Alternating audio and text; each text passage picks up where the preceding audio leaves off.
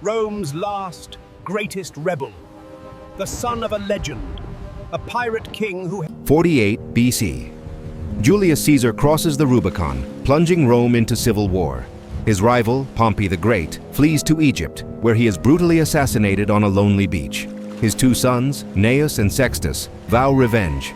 Gnaeus is killed in battle, but Sextus, the youngest, survives. For years he's a ghost, a hunted boy hiding in the sea caves of the Mediterranean.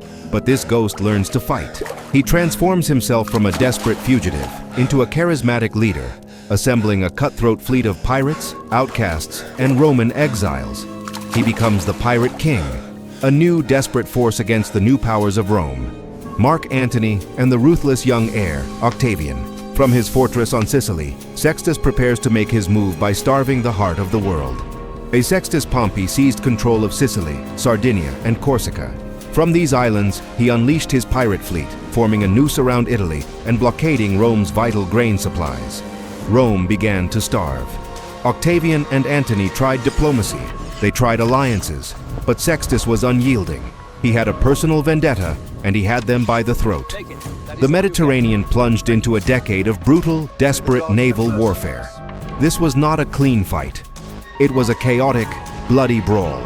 Fleets of 200 ships clashed in storms, with thousands drowning. Octavian, desperate, put his master general, Agrippa, in command. Agrippa built a new, superior fleet, and at the Battle of Naulochus, he finally, decisively, smashed the pirate king's navy. Sextus, now a fugitive once more, fled east with only a handful of ships. A desperate man hunted across the very sea he once commanded. He tried to raise a new army in Asia Minor, but his luck had run out. Betrayed by one of his own men, he was cornered and captured by Octavian's forces. There would be no trial, no parade in Rome.